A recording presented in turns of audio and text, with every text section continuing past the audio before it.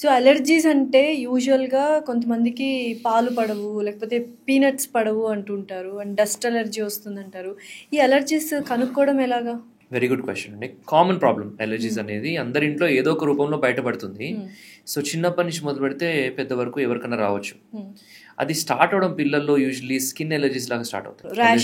Rashes, okay, hands పైన, neck పైన, face పైన, స్కాల్ప్ పైన ఎక్కడైనా రావచ్చు. అదే ఇంకా కొంత ముందుకెళ్తే ఫుడ్ ఎలర్జీస్ స్టార్ట్ అవుతాయి.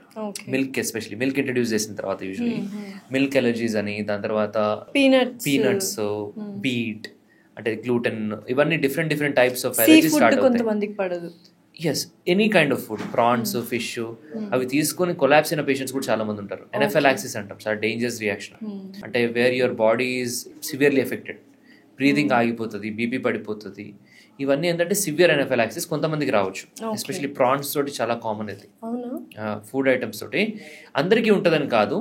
సో టిపికల్ ఫుడ్ అలర్జీస్ గురించి మాట్లాడంటే ఎగ్ అండ్ మిల్క్, పిల్లలు చెప్తున్నాను. సో అదొకటి. Next peanut and any kind of tree nuts like మన క్యాష్యూ, ఎనీ ట్రీ నట్, వీటి వల్ల కూడా ఎలర్జీస్ రావచ్చు. సో అలా వచ్చినప్పుడు వాట్ ఆర్ ద సిమ్టమ్స్? విన్నట్టు స్కిన్ ఎలర్జీ వస్తుంది, అది మళ్ళీ డేంజరస్ అంటే లైఫ్ థ్రెటనింగ్ కి లీడ్ అయ్యే ఛాన్సెస్ ఉన్నాయా, లేకపోతే దాన్ని ఫస్ట్ వార్నింగ్ సైన్స్ ఇస్తుంది. So that patient will get swelling of the lip or ఎక్కడైనా బాడీలో పెద్ద ర్యాషెస్ రావడం, లేదా గట్ రియాక్షన్స్ రావడము, స్టమక్ పెయిన్స్, మోషన్స్, వామిటింగ్స్, ఇవన్నీ మల్టిపుల్ టైమ్స్ అయినా కానీ ఇగ్నోర్ చేసి సడన్ గా నెఫ్రాక్సిస్ రావచ్చు. స్లోగానే డెవలప్ అవుతుంది. సో ఇంకా మనము కంటిన్యూస్గా అసలు ఇంకా లైఫ్ లాంగ్ ఏవైతే అలర్జిక్ ఫుడ్స్ ఉంటాయో అవి మనం తీసుకోకూడదు. అంటే మన కంట్రీలో తక్కువ, యుఎస్ అండ్ యూకే వాటిలో చాలా ఎక్కువ ఈ ఫుడ్ ఎలర్జీస్ అనేవి. అక్కడ ఎలర్జీస్ చాలా కామన్. ఇక్కడ మనకి డస్ట్ ఎలర్జీస్ కానీ అవి ఎక్కువ కామన్. ఫుడ్ ఎలర్జీస్ కూడా ఉన్నాయి చాలా మందికి. సో ఈ ఫుడ్ ఎలర్జీస్ కి ట్రీట్మెంట్ అనేది ఉంది. ఓకే, మెడికేషన్స్ కానీ, అఫ్ కోర్స్ ఫుడ్ అవాయిడెన్స్ అనేది ఫస్ట్ ఐడెంటిఫై చేయడం, ఐడెంటిఫై చేసిన తర్వాత అది అవాయిడ్ చేయడం. ఈ ఐడెంటిఫై ఎలా చేస్తాము? There are some skin prick test. So skin మీద అలర్జీ టెస్ట్ లాగా చేసి ఐడెంటిఫై చేయొచ్చు ఏ పర్టికులర్ ఫుడ్ కి అలర్జీ ఉందో. ఇంకా డౌట్ ఉంటే ఆ పర్టికులర్ ఫుడ్ మీదనే ప్రిక్ చేసి చూడొచ్చు ఆ స్కిన్ కి అలర్జీ ఉందో లేదో. కొన్నిసార్లు టాబ్లెట్స్ ఆపలేరు పేషెంట్స్, ఎలర్జీ టాబ్లెట్స్ వాడుతున్నప్పుడు ఈ ప్రిక్ టెస్ట్ అనేది చేయలేం. సో అప్పుడు వాళ్ళకి కొన్ని different types of blood allergy test ఉంటాయి. చాలా ఉన్నాయి అలర్జీ టెస్ట్ అని బ్లడ్ మార్కెట్లో, బట్ అన్ని కరెక్ట్ కావు. ఏదైతే ఇంపార్టెంటో అదే చేసుకోవాలా. అయితే కొన్ని హాస్పిటల్స్లో లైక్ శ్వాస హాస్పిటల్లో అలర్జిక్ ప్యానెల్స్ ఉన్నాయని విన్నాను. అంటే ఆ ప్యానెల్స్లో మనకి ఎటువంటి అలర్జీ ఉందో అది మనకు చెప్పేస్తుంది. అంటే ఈజ్ ఇట్ ట్రూ? అంటే ఏదో మా దగ్గరే చేస్తారని కాదు, it is a world wide test. So ఈ పర్టికులర్ టెస్ట్ అనేది స్పెసిఫిక్ గా పేషెంట్ హిస్టరీ తీసుకుని దాని తగ్గట్టుగా పంపించడం ఇంపార్టెంట్. ఒకేసారి 300 ఐటమ్స్ పంపించడం అలా కాకుండా దేనికి ఉంది ఎలర్జీ ఫస్ట్ హిస్టరీ తీసుకొని ఐడెంటిఫై చేసి దాని తర్వాత ఆ పర్టికులర్ ఐటమ్ని మనం టెస్ట్ చేయడం స్పెసిఫిక్గా. ఆ విధంగా సక్సెస్ఫుల్గా చాలా మందికి ఐడెంటిఫై చేశాము. అండ్ దాని తర్వాత ఇమ్యూనోథెరపీ అనే ట్రీట్మెంట్ తోటి ఈ అలర్జీస్ని చాలా వరకు తగ్గించవచ్చు.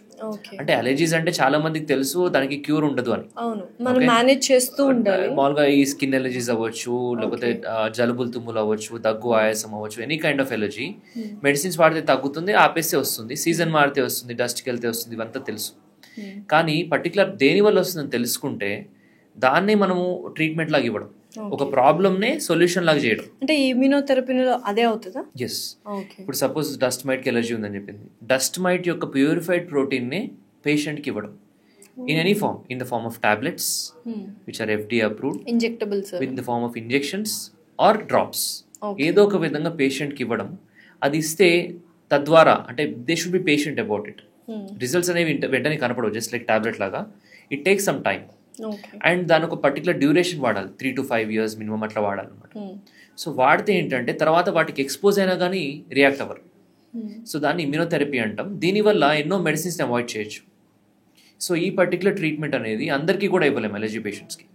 ఎవరికైతే పర్టికులర్ ఐటమ్ వల్ల కన్ఫర్మ్ అవుతుందో అండ్ వాళ్ళకి నిజంగా కూడా వాళ్ళకి అడిగినప్పుడు క్వశ్చన్స్ దానికి ఎస్ నాకు ప్రాబ్లం అని తెలుస్తుందో వాటికి మాత్రమే ఇవ్వగలం. సో ఎంత టైం పీరియడ్ వరకు ఇమ్యూనోథెరపీ మనం ఇస్తే ఈ అలర్జిక్స్ రియాక్షన్స్ కానీ ఇవి తగ్గుతూ ఉంటాయి? At least around 1 year difference notice చేస్తారు. తర్వాత అన్ని మెడిసిన్స్ ఆపేసినా they will not react to any dust money.